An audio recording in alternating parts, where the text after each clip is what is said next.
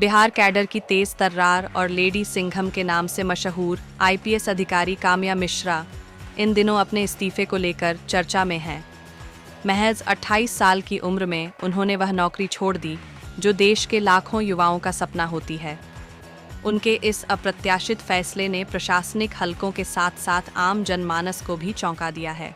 IPS बनने का सफर और पारिवारिक पृष्ठभूमि ओडिशा के मयूरभंज जिले के रायरंगपुर की रहने वाली काम्या मिश्रा ने केवल 22 साल की उम्र में सिविल सर्विस परीक्षा पास कर आईपीएस बनने का गौरव हासिल किया था। वे ओडिशा के एक प्रतिष्ठित व्यवसायी राजकुमार मिश्रा की इकलौती संतान हैं, जिनका माइनिंग और इस्पात का बड़ा कारोबार है। काम्या मिश्रा का सपना था कि वे प्रशासनिक सेवा में रहकर समाज में बदलाव लाएं, लेकिन पिछले साल अगस्त 2024 में उन्होंने पारिवारिक कारणों का हवाला देते हुए अपने पद से त्यागपत्र दे दिया था। अब उनका इस्तीफा राष्ट्रपति द्रौपदी मुर्मू द्वारा स्वीकार कर लिया गया है।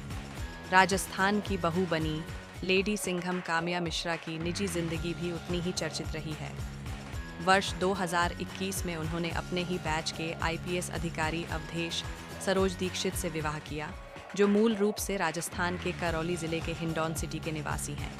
अवधेश वर्तमान में बिहार कैडर में कार्यरत हैं और उनके पिता बसंत दीक्षित हिंडौन के सार्वजनिक निर्माण विभाग से वरिष्ठ सहायक के पद से सेवानिवृत्त हुए हैं।